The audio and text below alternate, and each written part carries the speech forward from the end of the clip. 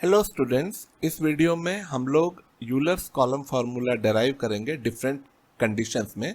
तो पहला कंडीशन हम लोग ले रहे हैं one and fix and other free. इस टाइप का एक कॉलम में यदि आप एक ग्रेजुअली अप्लाइड लोड लगाते हो एक्सियल डायरेक्शन में, तो इस लोड के कारण होना ये चाहिए कि जैसे जैसे ये लोड बढ़ता जाएगा इसमें स्ट्रेस बढ़ता जाएगा और एक कंडीशन आएगा जब इसका स्ट्रेस यील्ड पॉइंट स्ट्रेस के बराबर हो जाएगा और ये कॉलम उस समय फेल हो जाएगा। लेकिन यदि ये कॉलम लॉन्ग और स्लेंडर हो, लंबा और पतला हो, उस केस में पी उस वैल्यू तक पहुंच ही नहीं पाता है, उससे पहले ही ये फेल हो जाता है बिकॉज ऑफ बकलिंग। अब ये बकलिंग क्या है? यदि पी को आप ग्रेजुअली अप्लाई करते हो और इस कॉलम को यदि आप अपने पोजीशन से थोड़ा सा डिस्प्लेस करें, जैसे ये डिस्प्लेस किया हुआ है, और यदि उस डिस्प्लेस करने वाले फोर्स को हटा लें तो ये कॉलम वापस अपने ओरिजिनल पोजीशन पे आ जाता है। मतलब ये इसी पोजीशन पे आ जाएगा यदि P का वैल्यू कम हो तो।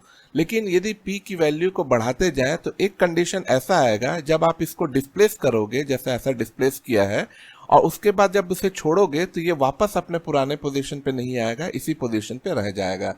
इसका मतलब है इस पर्टिकुलर लोड के बाद ये बीम परमानेंट बेंड हो जाता है और ये फेल हो जाता है। इस फिनोमेना को हम लोग बकलिंग बोलते हैं। और इस बकलिंग के लिए जो लोड चाहिए, जो मिनिमम वैल्यू ऑफ लोड चाहिए, उसी लोड को हम लोग डिराइव करने की कोशिश कर रहे हैं। अब सबसे पहले बेंडिंग इक्वेशन के हिसाब से m by I is equal to e by r, ये हम लोग पहले पढ़ चुके हैं। तो m is equal to e I divided by r. 1 by r curvature है जो आपको मिलता है इस फॉर्मूला से। सेकेंड डेरिवेटिव ऑफ y, यदि डिस्प्लेसमेंट का सेकेंड डेरिवेटिव लेते हैं तो ये आपका होता है 1 बाई आर या कर्वेचर। तो इस फॉर्मूले में सबसे पहले हम लोग को निकालना है mx। इस कॉलम में मैंने एक पॉइंट लिया है, ये पॉइंट, इस पॉइंट का distance from here is x, और ये जो डिस्प्लेसमेंट यहाँ पे ये डिस्प्लेसमेंट है y है। मैक्सिमम डिस्प्लेसमेंट को मैंने डेल्टा लिया है। अब यहाँ पे एक फोर्स है पीसीआर, तो मोमेंट हम लोग को लेना है, बेंडिंग मोमेंट निकालना है। तो या तो हम लोग इस एंड से बढ़ेंगे या इस एंड से बढ़ेंगे। इस एंड में फिक्स सपोर्ट है तो मल्टीपल रिएक्शंस है, मोमेंट भी है, तो बेटर है हम लोग इस तरफ से बढ़े। तो इस तरफ में सिर्फ एक ही फोर्स है और इस फोर्स का मोमेंट इस पॉइंट पे निकालेंगे तो ये हो जाएगा फोर्स इनटू यहाँ जो इसको आगे एक्सटेंड कीजिए तो ये डिस्टेंस, और ये डिस्टेंस कुछ नहीं, डेल्टा माइनस वाई है। तो mx इज इक्वल टू आप लिख सकते हो p into delta minus y, और इसको इक्वेट किया मैंने तो आपका एक डिफरेंशियल इक्वेशन बन जाता है। इस डिफरेंशियल इक्वेशन को आप सिंप्लीफाई कर सकते हैं। यहाँ पे मैंने एक वैल्यू लिया है k square divide is equal to p upon e i. तो यहाँ पे ई आई को मैं इस तरफ ले आऊँगा तो p अपॉन ई आई हो जाएगा, तो उसको k स्क्वायर लिख दिया और उसके बाद मैंने इसको सिंप्लीफाई किया तो आपका डिफरेंशियल इक्वेशन इस स्टैंडर्ड फॉर्म में आ गया। इस डिफरेंशियल इक्वेशन का सॉल्यूशन आपको मालूम है, ये होता है y इज इक्वल टू, मतलब displacement is equal to constant c1 sin kx plus c2 cos kx plus delta, complementary function और पर्टिकुलर इंटीग्रल। अब इसके बाद में इसका सॉल्यूशन निकालने के लिए हम लोग को कुछ एंड कंडीशंस जो मालूम है उसको यूज करना है। तो एंड कंडीशन आपको मालूम है, देखिए ये इस पॉइंट पे डिस्प्लेसमेंट भी जीरो है और यहाँ पे dy बाई डी एक्स, मतलब इसमें जो टेंजेंट है, देखिए इसी लाइन पे है इसका टेंजेंट, ये दोनों ही जीरो है, dy बाई डी एक्स और y दोनों जीरो है। मैंने ये इसको y लिया है, y एक्सिस, और इसको मैंने x एक्सिस लिया हुआ है। अब तो इस कंडीशन को अप्लाई कर देते हैं हम लोग। At x is equal to zero, y is equal to zero, तो यहाँ पे y की वैल्यू जीरो रखा, x की value zero, sine zero zero हो गया, कॉस जीरो वन हो गया, तो c2 plus del is equal to zero. तो इससे आपको मिल गया c2 is equal to minus del. अब दूसरा कंडीशन मेरे को अप्लाई करना है, x is equal to zero, उसमें dy by D x zero है, तो इसमें dy बाई डी एक्स आप निकाल लीजिए। इसको डिफ्रेंशिएट करेंगे x के टर्म्स में तो ये आ जाएगा c1 के cos के x माइनस c2 के sin के x, यहाँ पे कोई x नहीं है तो ये जीरो हो गया। अब पुट कीजिए आप dy बाई डी एक्स, यहाँ पे जीरो रखिए और x के जगह पे आप जीरो रखिए। तो जब इसको रखते हैं तो आपको मिलता है constant c1 is equal to zero. अब दोनों वैल्यू को पुट करेंगे तो आपका जो डिस्प्लेसमेंट मिल रहा है, ये जो डिस्प्लेसमेंट इक्वेशन, ये जो इक्वेशन है इलास्टिक लाइन का इक्वेशन, ये मिल रहा है डेल वन माइनस कॉस के एक्स। अब यहाँ पे देखिए एक कंडीशन है हमारे पास, हम लोग को चाहिए क्रिटिकल वैल्यू ऑफ लोड, ये पीसीआर चाहिए। तो इसके लिए हम लोग क्या करते हैं, यहाँ पे y जो है इस पोजीशन पे ये y की वैल्यू हम लोग को मालूम है डेल्टा है, मैक्सिमम डिस्प्लेसमेंट। तो यहाँ पे आप डेल यदि पुट करेंगे तो ये कहाँ पे है, यहाँ से लेके यहाँ तक ये एल, इसका लेंथ एल है तो एल डिस्टेंस पे है, तो एक्स के जगह पे एल रखिए तो वाई के जगह पे आप डेल रखोगे, तो इस पे आपको ये इक्वेशन मिलता है। इसको सिंप्लीफाई करने से आपको मिलता है डेल कॉस के एल इज इक्वल टू 0। अब डेल 0 नहीं हो सकता तो कॉस के एल को आपको 0 रखना है, तो क्योंकि यदि डेल 0 होगा तो कॉलम वर्टिकल कंडीशन स्ट्रेट ही रहेगा और कोई रेस्ट्रिक्शन नहीं होगा पी में। पी तब तक आप अप्लाई कर सकते हो जब तक ये यील्ड पॉइंट तक ना पहुंच जाए। लेकिन यदि डेल 0 नहीं है तो आपको कॉस के एल 0 रखना है, तो कॉस के एल इज इक्वल टू 0। और इसकी वैल्यू 0 कब होती है कॉस की वैल्यू, जब के एल इज इक्वल टू, ये जो एंगल है ये थीटा जो है ये n पाई बाई 2 है, वहाँ where n is an odd integer.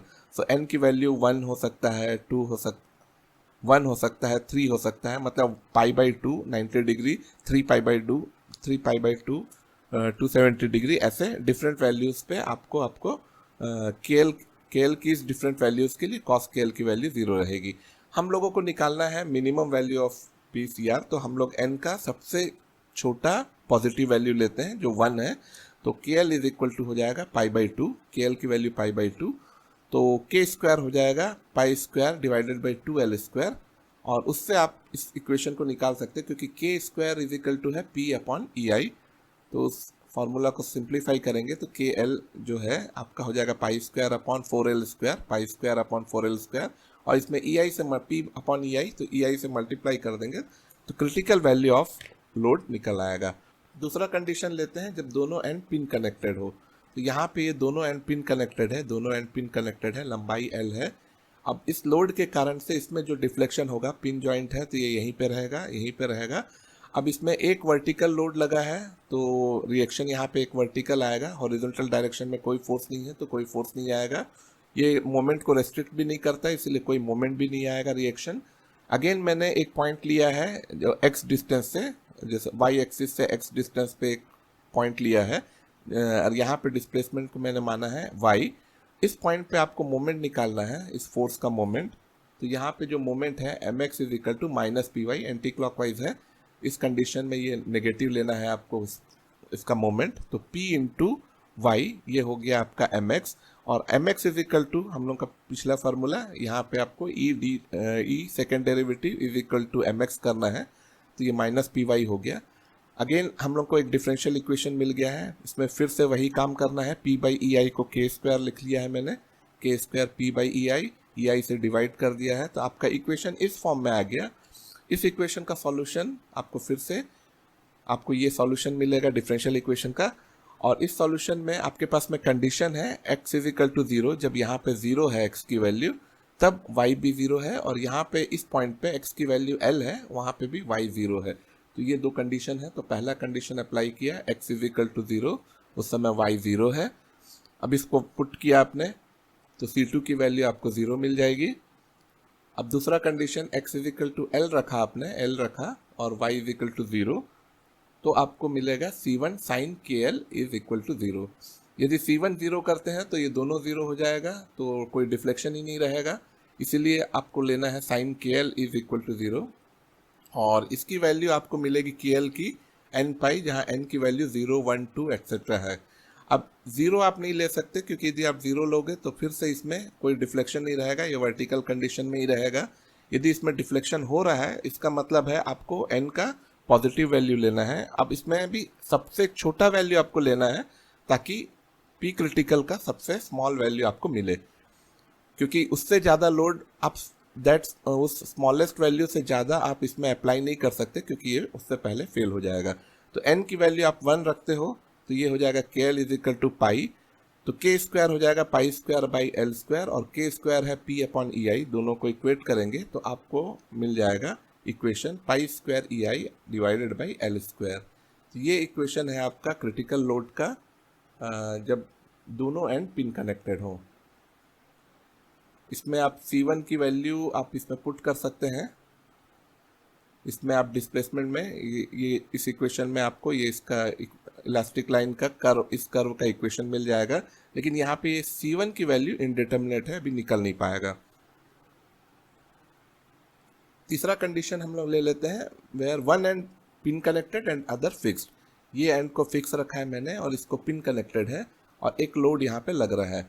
देखिए ये यदि फिक्स्ड है तो इसका मतलब है यहाँ पे एक मोमेंट आएगा और इस मोमेंट को यदि बैलेंस करना है तो पिन पे एक हॉरिजॉन्टल रिएक्शन भी आएगा। तो एक तो अप्लाइड लोड है P, अब जो एक्सटर्नली अप्लाइड लोड है, लेकिन इस पिन पे इस लोड के कारण से यहाँ पे पिन में ये फोर्स तो लग ही रहा है, इसमें एक हॉरिजॉन्टल रिएक्शन भी आएगा क्योंकि पिन कनेक्टेड है। ये हॉरिजॉन्टल रिएक्शन इसलिए आ रहा है क्योंकि यहाँ पे एक मोमेंट आया है, तो इसको बैलेंस करने के लिए हॉरिजॉन्टल रिएक्शन आना है, तो मैंने उस रिएक्शन का नाम रख दिया है Q। तो अब आपके पास में दो फोर्सेस हैं। फिर से मैंने x डिस्टेंस पे एक पॉइंट लिया है, इस पॉइंट पे बेंडिंग मोमेंट निकालेंगे। तो इसके पहले इस बीम में इस पॉइंट के पहले सिर्फ ये दो फोर्स हैं, इन दोनों फोर्स का मोमेंट निकालना है। तो bending moment mx is equal to हो जाएगा minus P Y anti clockwise में और plus q into L minus X. तो q का डिस्टेंस जो है यहाँ से यहाँ तक का ये डिस्टेंस लेना है। ये पूरा डिस्टेंस जो है l है, इसकी लंबाई पूरा l है और ये डिस्टेंस मैंने x एज्यूम किया है, तो l माइनस एक्स करूंगा तो यहाँ से यहाँ तक का डिस्टेंस मिलेगा। तो ये है q l माइनस एक्स। तो ये mx है, इसको इक्वेट कर दिया इसी इक्वेशन में जैसे हर बार कर रहे हैं हम लोग। अब इक्वेट करने के बाद में इसको थोड़ा सिंप्लीफाई किए, सिंप्लीफाई करने में पी वाई को इधर ले आया, q को वहीं छोड़ दिया हूँ, फिर ई आई से थ्रू आउट डिवाइड कर दिया। ई आई से डिवाइड करने के बाद यहाँ पे मैंने के स्क्वायर लिया है, k square divide is equal to p upon e i. तो यहाँ पे के स्क्वायर बाई पी आ जाएगा क्योंकि यहाँ पे क्यू बाई ई आई था, पी था नहीं, इसीलिए यहाँ पे डिवाइडेड बाई पी आ गया। तो इसको आप सिंप्लीफाई करेंगे तो इसका सॉल्यूशन निकालेंगे आप, तो सॉल्यूशन आपको मिलेगा, ये आपका है कम्प्लीमेंट्री फंक्शन और ये पर्टिकुलर इंटीग्रल। तो ये वैल्यू आपको मिल गया यहाँ पे और ये आपका जो हर बार निकलता है वो आपका इक्वेशन मिल गया है, डिफरेंशियल इक्वेशन का सॉल्यूशन आपको मिल गया है। अब इस सॉल्यूशन में कंडीशंस आपके पास में क्या क्या है, at x is equal to 0 y 0 and x is equal to 0 और dy by D X equal to 0 और यहाँ x is equal to l पे भी y इक्वल टू 0, तीन कंडीशन है। तो पहला condition at x is equal to 0 y is equal to 0, इसको पुट किया मैंने, इसको पुट करोगे तो देखो ये 0 है, यहाँ पे भी ये 0 हो गया, यहाँ पे cos 0 1 हो जाएगा तो C2 प्लस यहाँ पे 0 रखा तो QL बाई पी, तो QL बाई पी, तो C2 is equal to minus QL by P, ये पहला कंडीशन मिल गया, पहला कांस्टेंट मिल गया। अब x इज इक्वल टू 0 पे dy बाई डी एक्स 0 है, तो इसको यदि 0 रखते हैं हम लोग तो dy बाई डी एक्स की ज़रूरत है, उसको डिफ्रेंशिएट कर लीजिए। डिफ्रेंशिएट करने पे आपको ये मिलेगा, यहाँ पे x है तो सिर्फ q बाई पी, l में तो 0 हो जाएगा। तो ये इस वैल्यू में आप रखिए x इक्वल टू 0 और dy by D X equal to 0, तो इसको 0 रखते हैं तो ये 0 हो गया, तो cos 0 1 हो जाएगा C1 के, ये 0 हो जाएगा cos sin 0 और उसके बाद माइनस q बाई पी, तो इससे C1 की वैल्यू भी निकल गया q बाई पी के। अब तीसरा कंडीशन भी हम लोग ले लेते हैं, at x is equal to l y is equal to 0, ये कंडीशन यहाँ पे, इस कंडीशन में आप पुट कीजिए तो ये रखा, यहाँ पे मैंने 0 रखा और यहाँ साइन के एल हो गया और यहाँ पे कॉस के एल हो गया। यहाँ पे C1 और C2 की वैल्यू जो आपने पहले निकाला है उसको पुट कर दिया है।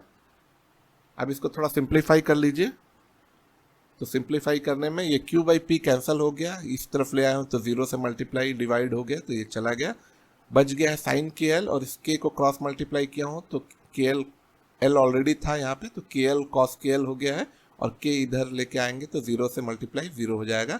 तो ये आपका इक्वेशन मिला। इस इक्वेशन को थोड़ा और सिंप्लीफाई करेंगे तो इस फॉर्म में आ जाता है tan के एल इज इक्वल टू के एल। अब ये जो इक्वेशन है ये एक ट्रांसडेंटल इक्वेशन है, इसको सॉल्व करना मतलब इसमें के एल की वो वैल्यू फाइंड आउट करना जो इस इक्वेशन को सेटिस्फाई कर रहा हो। तो एक तो है के एल इक्वल टू 0 रखेंगे तो ये सेटिस्फाई कर रहा है कि tan 0 इज इक्वल टू 0, लेकिन ये सॉल्यूशन हम लोग को नहीं चाहिए 0 वाला, क्योंकि इस सॉल्यूशन से हम लोग को p की वैल्यू अगेन 0 मिलेगी, कोई वैल्यू नहीं मिल पाएगा। हम लोग को p का वो वैल्यू चाहिए, स्मॉलेस्ट वैल्यू चाहिए, तो हम लोग को इस इक्वेशन में वो वैल्यू चाहिए KL का जो पॉजिटिव हो और स्मॉलेस्ट हो। तो इसके लिए हम लोग बहुत से न्यूमेरिकल मेथड्स हैं इसको सॉल्व करने का। तो जैसे एक मेथड है न्यूटन रैप्सन मेथड, तो इस मेथड से आप सॉल्व कर सकते हो। आपको सॉल्व करने की ज़रूरत नहीं है, इसका वैल्यू आप याद रखिए और डायरेक्ट इसको लिख दीजिए। इसका सॉल्यूशन जो है वो है KL इज इक्वल टू 4.49। यदि मैं tan 4.49 रेडियन में यदि निकालूँ तो आपको उसकी वैल्यू 4.49 मिलेगी। तो KL इक्वल टू 4.49 पहला पॉजिटिव वैल्यू है, स्मॉलेस्ट पॉजिटिव वैल्यू जिसके लिए इक्वेशन सेटिस्फाई हो रहा है, और यदि ये वैल्यू लेते हैं तो हम लोग का के स्क्वायर इज इक्वल टू हो जाएगा 4.49 square divided by L square, और के स्क्वायर है पी बाई ई आई, इससे इक्वेट करेंगे हम लोग तो आपको ये इक्वेशन मिल जाएगा। तो क्रिटिकल लोड जो है आपका बकलिंग लोड आपको मिल रहा है 20.2 ई I divided by L square. इस 20.2 को मैं पाई के टर्म्स में लिख सकता हूँ, 2 पाई स्क्वायर यदि लिखूंगा तो अप्रॉक्सीमेटली इसके बराबर आएगा। तो ये इक्वेशन हो जाता है 2 पाई square e I divided by L square. Last case हम लोग ले लेते हैं वेयर बोथ एंड्स फिक्स, दोनों एंड फिक्स है। तो यहाँ पे आप देख सकते हैं ये एंड भी फिक्स है यहाँ पे, और ये भी फिक्स है, और इस लोड के कारण से फिक्स है इसलिए यहाँ पे भी मोमेंट आएगा, यहाँ पे भी मोमेंट आएगा। हम लोग एक डायरेक्शन से आगे बढ़ते हैं मोमेंट निकालने के लिए। तो बेंडिंग मोमेंट इस पॉइंट पे यदि निकालना है तो इस साइड से बढ़ रहे हैं, तो दो है, एक फोर्स है एक मोमेंट है, तो इसका मोमेंट लेना है और ये मोमेंट को इसका direct as it is use करना है। तो एम एक्स इक्वल टू हो जाएगा माइनस पी वाई, ये पी इंटू ये डिस्टेंस पी वाई, और ये क्लॉकवाइज है तो प्लस एम, तो ये दोनों चीज़ें आपका एम एक्स में आ जाएगा। इसको इक्वेट किया जैसे पिछले सब डेरिवेशन में कर रहे हैं हम लोग, minus P y plus m, e i से डिवाइड कर दीजिए आप, पी वाई को इस तरफ ले आया हूँ और ई आई से डिवाइड कर दिया हूँ, तो ये वैल्यू आपको मिल रहा है के स्क्वायर हमने लिया पी बाई ई आई। इसका सॉल्यूशन आपको मिलेगा इस फॉर्म में, ये आपका सॉल्यूशन है इस डिफरेंशियल इक्वेशन का। C1 और C2 निकाल सकते हैं सेम उसी मेथड से, at x is equal to 0 y is equal to 0, इसको यदि आप पुट करते हो तो C2 की वैल्यू मिल जाएगा आपको m by P minus M by P, यहाँ पे ये निकल गया। उसके बाद दूसरा कंडीशन आप अप्लाई करते हो x इज इक्वल टू 0 पे dy by D X equal to 0, तो dy बाई डी एक्स निकाल लीजिए, ये आपका dy बाई डी एक्स आ गया, इसको डिफ्रेंशिएट करेंगे तो ये वैल्यू मिलेगा। यहाँ पे पुट कीजिए dy बाई डी एक्स की वैल्यू 0, तो cos 0 1 हो जाएगा, ये 0 हो जाएगा, तो C1 की वैल्यू आपको मिलेगी 0, तो C1 0 मिल गया, C2 minus M by p मिल गया। एक और कंडीशन है at x is equal to L, x की वैल्यू जब L थी यहाँ पे इस पॉइंट पे, वहाँ पे भी आपका y 0 है, तो उसको भी पुट कर लीजिए, उसको आप रखते हो तो y की वैल्यू 0 है और x की वैल्यू L है, तो ये साइन C1 ऑलरेडी 0 हो गया है, तो इस टर्म को मैंने हटा दिया है, तो यहाँ पे cos के L माइनस C2 की वैल्यू मैंने रख दिया है माइनस एम बाई पी, और एम बाई पी ऑलरेडी है, तो इसको आप देखेंगे तो एम बाई पी को कॉमन निकाल के यहाँ ले आएंगे इस तरफ, तो ये 0 से डिवाइड हो जाएगा तो कैंसिल हो जाएगा, तो आपका बच गया है 1 माइनस कॉस के एल इज इक्वल टू 0। तो अगेन इस डिफरेंशियल इक्वेशन में, अगेन इस इक्वेशन में आप इसको देखिए कॉस के एल इज इक्वल टू 1, ये 1 कब होता है, इसके डिफरेंट वैल्यूज़ हैं, तो k L is equal to n pi, तो 0 2 4 ऑल दिस वैल्यूज, इनमें से आपको सबसे छोटा पॉजिटिव वैल्यू लेना है, तो 2 हम लोग लेते हैं एन के जगह पे 2 पाई, तो k L is equal to हो गया 2 पाई, के एल इक्वल टू 2 पाई, तो के स्क्वायर इज इक्वल टू हो जाएगा 4 pi square divided by L square, और के स्क्वायर है पी अपॉन ई आई, तो इसको वैल्यू आप पुट करोगे तो देखिए ये 4 pi square upon L square था, तो 4 pi square upon L square और इंटू ई आई, क्योंकि P अपॉन ई आई है तो इंटू ई आई करेंगे तो ये आपको क्रिटिकल वैल्यू, क्रिटिकल लोड मिल जाएगा 4 पाई square e i upon L square. तो ऐसा डिफरेंट 4 केसेस में हमने निकाल लिया है यूलर्स कॉलम फार्मूला। इन फार्मूला को यूज़ करके आप smallest value of load that can be applied on this column can be determined. अब इसमें लेकिन एक चीज़ का ध्यान रखना है, ये जो आई है मोमेंट ऑफ इनर्शिया ऑफ इसका क्रॉस सेक्शन, इसका क्रॉस सेक्शन लेते हैं तो उस एरिया का मोमेंट ऑफ इनर्शिया को आई की वो वैल्यू लेनी है जो मिनिमम हो, मतलब जिस एक्सिस के रेस्पेक्ट में आई का वैल्यू मिनिमम होगा, मिनिमम मोमेंट ऑफ इनर्शिया होगा वो लेना है, तभी आपको पीसीआर का मिनिमम वैल्यू मिलेगा। अदरवाइज आपने ज़्यादा वैल्यू निकाल लिया, आप सोचोगे कि हाँ इस वैल्यू तक आप इसको लोड अप्लाई कर सकते हो, और लेकिन उससे पहले ही वो फेल हो जाएगा, क्योंकि कहीं और ऐसा वैल्यू पी का आ जाएगा, आई का किसी एक वैल्यू के लिए ऐसा पी है जिसमें ये फेल हो रहा हो। तो इसीलिए आई आपको ऐसा लेना है जो मिनिमम हो, क्योंकि डिफरेंट एक्सिस में आप इनफाइनाइट एक्सिस ड्रॉ कर सकते हो, एक एक्सिस ऐसा होगा जिसमें उसका एरिया का मोमेंट ऑफ इनर्शिया मिनिमम होगा, जिसको हम लोग प्रिंसिपल मोमेंट ऑफ इनर्शिया भी बोलते हैं। 2 प्रिंसिपल मोमेंट ऑफ इनर्शिया होता है, एक मिनिमम वाला एक मैक्सिमम वाला, तो आपको मिनिमम वाला प्रिंसिपल मोमेंट ऑफ इनर्शिया लेना है, और उस मोमेंट ऑफ इनर्शिया को लेंगे तो जो वैल्यू पीसीआर मिलेगा उसको आपको कैलकुलेट करना है। एक कंडीशन और ले लेते हैं क्रिटिकल स्ट्रेस। तो यहाँ पे ये स्ट्रेस है जिस पे ये फेल हो जाएगा, और ये स्ट्रेस को मैंने डिफाइन किया है critical stress sigma C R is equal to P C R, मतलब आपका critical load divided by cross sectional area A.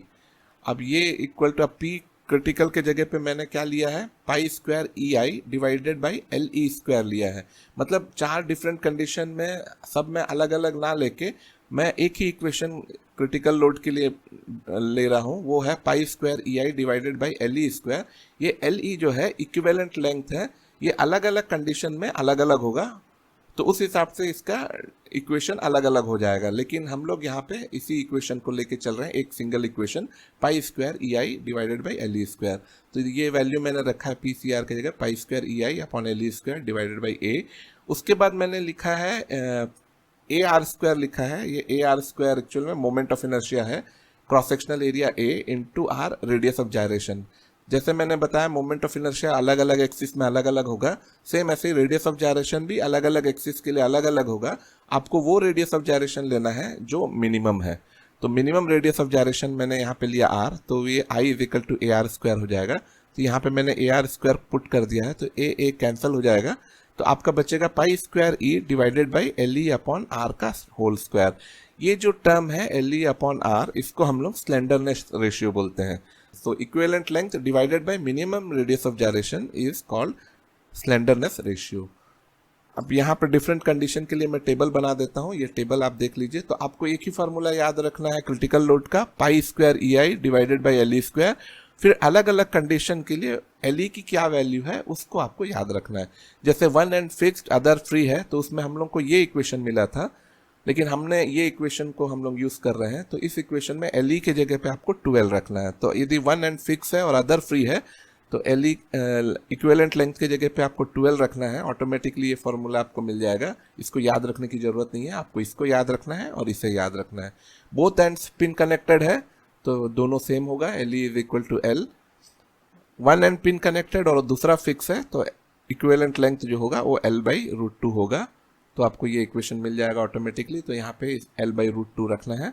Same ऐसी बोथ एंड्स फिक्स्ड है, तो इक्विवेलेंट लेंथ के जगह पे एल बाई 2 रखना है।